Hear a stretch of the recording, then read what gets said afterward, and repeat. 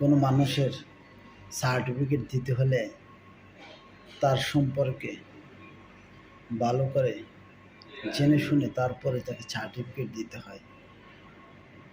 কোনো মানুষের উপরের দিকটা দেখেই তাকে বিচার করা ঠিক না, কারণ যার উপরের দিকটা খুব খারাপ খুঁজে দেখেন তার ভিতরটা হয়তো বা খুব ভালো, আবার যার উপরটা খুব ভালো খুঁজে দেখেন তার ভিতরটা হয়তো বা কুৎসিত।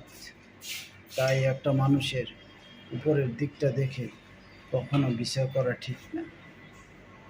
একটা মানুষের ভিতর বাহির দুটা দেখে জেনে শুনে তার সার্টিফিকেট দেওয়া ঠিক। তাই তো একটা মানুষকে ভালো মন্দের সার্টিফিকেট দিতে হলে তার সম্পর্কে ভালোভাবে জেনে শুনে তারপরে সার্টিফিকেট দিন।